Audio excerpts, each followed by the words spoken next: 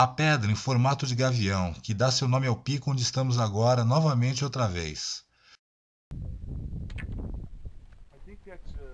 Junto vem Thaís, brasileira de São João da Boa Vista, e seu namorado estrangeiro, o americano nativo de Seattle, Chris, que viveu boa parte de sua vida no Alasca, mas que não se cansa de se admirar da intensidade do frio daqui de São Tomé das Letras. Digo a ele que esperava que alguém vindo do Alasca achasse o frio daqui café pequeno, mas ele me disse que frio é frio, e é incômodo em qualquer parte, até onde ele podia considerar. São Tomé, 60 years ago, it's like here. The same. But now, horrible. Yeah. Thank you.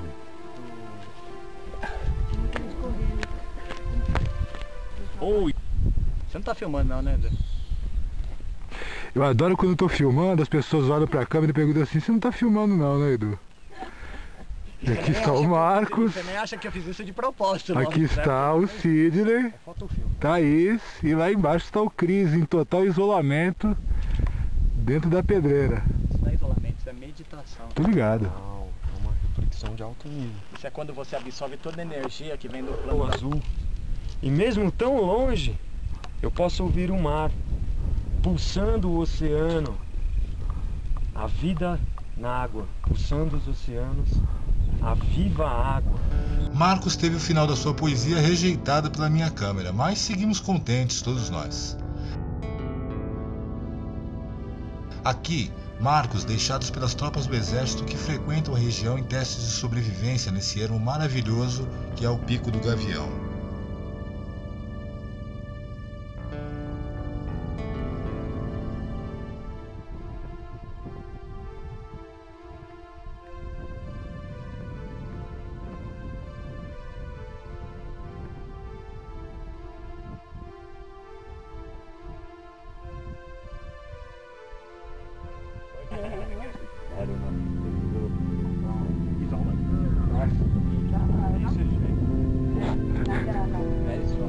Ela tá indo fazer. E essas tropas não deixam aqui apenas marcos de sua passagem. Tem umas cápsulas lunares aqui. Muito rejeito e subproduto bélico, talvez ainda guardando graus de periculosidade que nem temos como avaliar, num lugar aberto, acessível para qualquer um que se aventure. Olha o tamanho da criança. Olha aí. Essa ainda mata. É que a gente não pode testar no Edu. Ainda mais.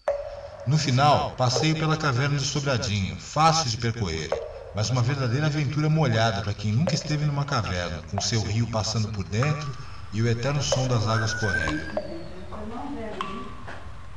É assim, dá pra atravessar no escuro, mas com a lanterna fica mais assim. Você passa a cabeça. Uns 8 km do véu. Não, no mapinha Mas que eu tenho lá depois- tá assim, um aqui, Depois nós outro vai aqui. passar do lado do véu, ó, de volta. E se vocês quiserem ficar lá, depois você já cata uma carona de caminhão, chega até Santo Tomé. É.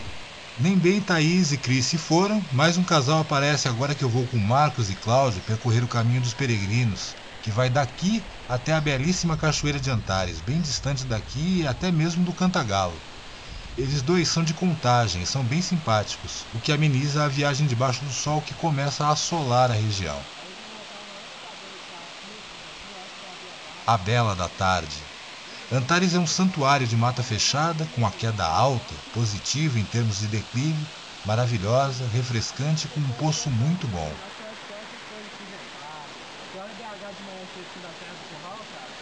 Marcos tenta gravar mais uma de suas poesias, sem sucesso.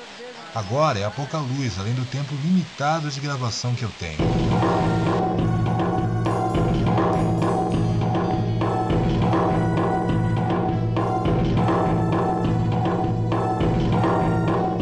Na traseira do carro do Marcos, aos trancos e barrancos, pulamos eu e o Carlos rumo ao Cafundó para visitar terras da família de Cláudio, que interessam a Marcos como comprador.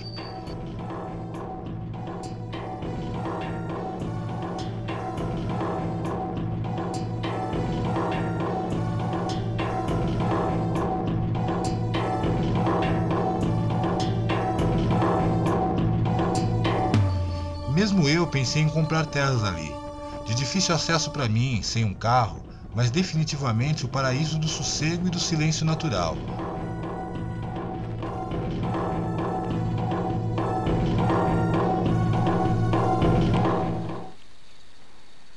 Vai estar ligado ou só tá o poste?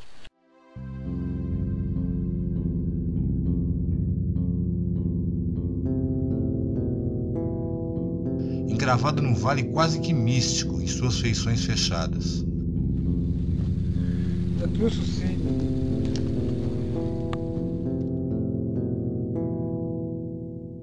Achei progressivo, né? Daí tu come e tá colhendo, né? Tu come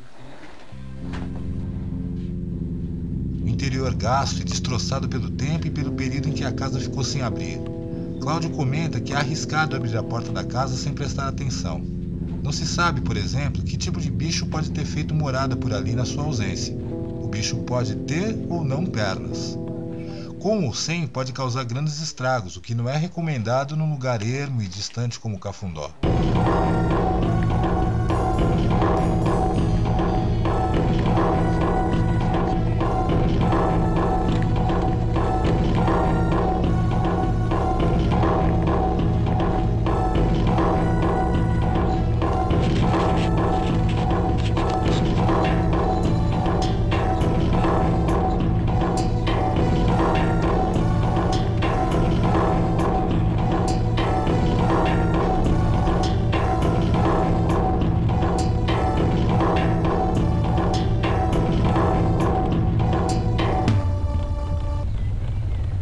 Aprecie com atenção. Época em que os turistas deixam a cidade um pouco em paz, é o tempo dos bichos silvestres mais desenvolvidos, como tucanos e micos, aparecerem. E eles aparecem, tanto na eubiose como aqui. É mais raro ver esses bichos pulando pelas árvores daqui, mas acontece, como se pode ver agora. O rabinho dele ali pendurado. Cláudio constrói pista de mountain bike na força de pura raça e enxada. E ele abriu 2 km de pista em meio à mata, aproveitando trilhas pré-existentes dessa maneira que eu acabo de descrever. Aqui o vemos correndo a pé, enquanto os meninos fazem o trajeto, como deve ser.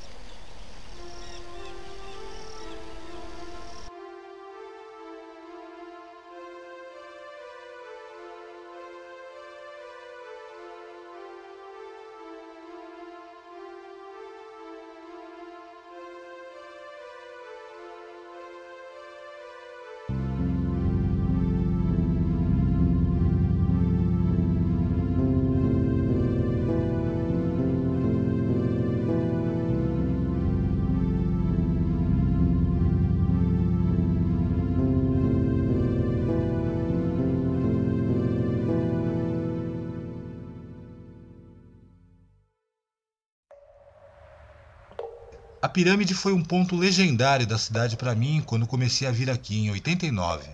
Mesmo hoje, acabada, mijada e maltratada, repleta de vidro moído, ainda mexe com a minha imaginação. Impossível deixar de lembrar das conversas, dos rituais ali vividos, das situações, como por exemplo, tentar pegar uma ponta no chão e vir com os dedos formigando de urtiga.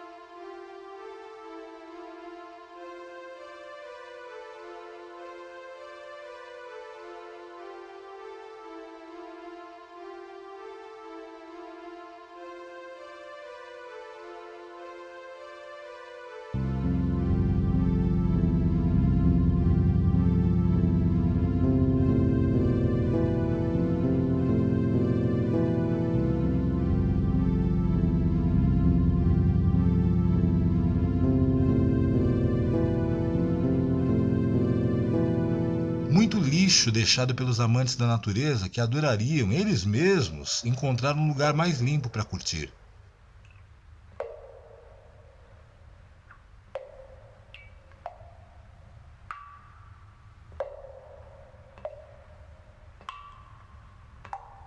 Os corredores escuros e misteriosos, secretas passagens de uma casa que demora a se deixar desvendar, que é mistério mesmo depois de decifrada.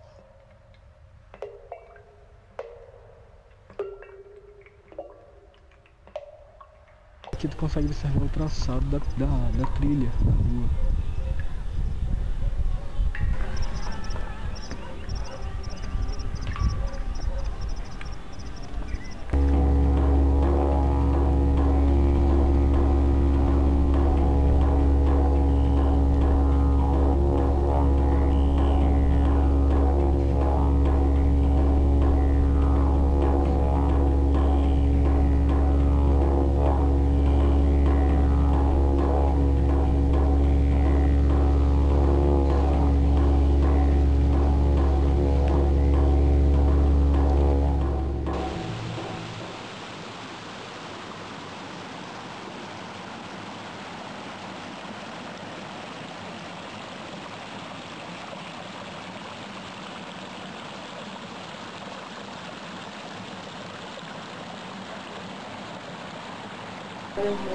Nós temos um comprimento.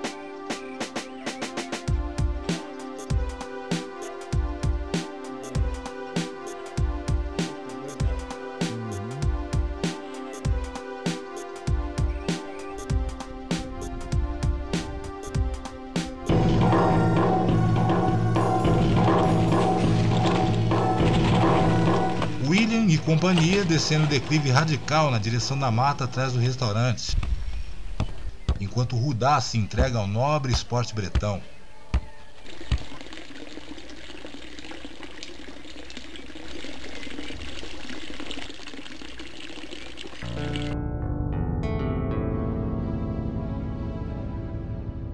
Novamente, eu e Sidney nos aventuramos no santuário.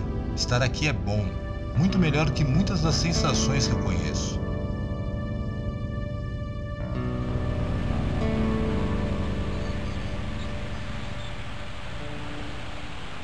Isso aqui era uma mesa, com certeza era uma mesa de pedra, que ou o pessoal usava para pescar, ou eles usavam para acampar, alguma coisa assim. Que as pedras estão certinhas, olha lá o encaixe das pedras.